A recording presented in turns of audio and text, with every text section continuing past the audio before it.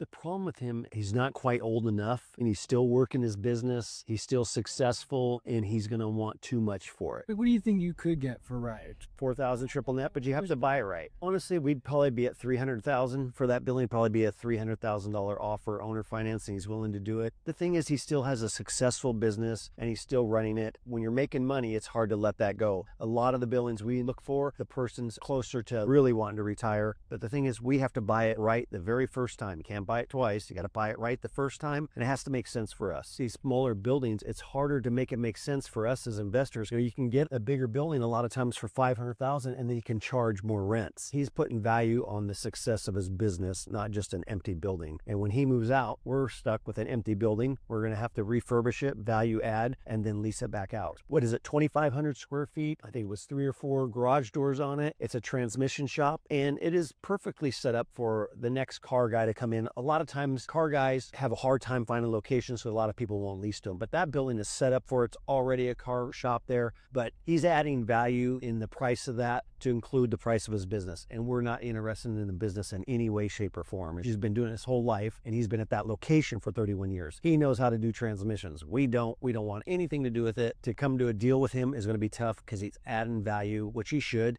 into the price of his business and the price of the land. We're just interested in the land, and I think he understands that. So we'll go back, we'll put together an offer. It might take a while for him to realize, guess what? I had a chance to sell it last year. Another year's come by, we remind him that we're back again. That's what happens with a lot of our deals. They take multiple years to close. So we don't always close right away. We have to circle back in 6 months, circle back in another 6 months. And sooner or later, he's going to get tired. It's going to be a hot day. He'll have a couple upset customers and he'll be ready to sell. And that's happened multiple times.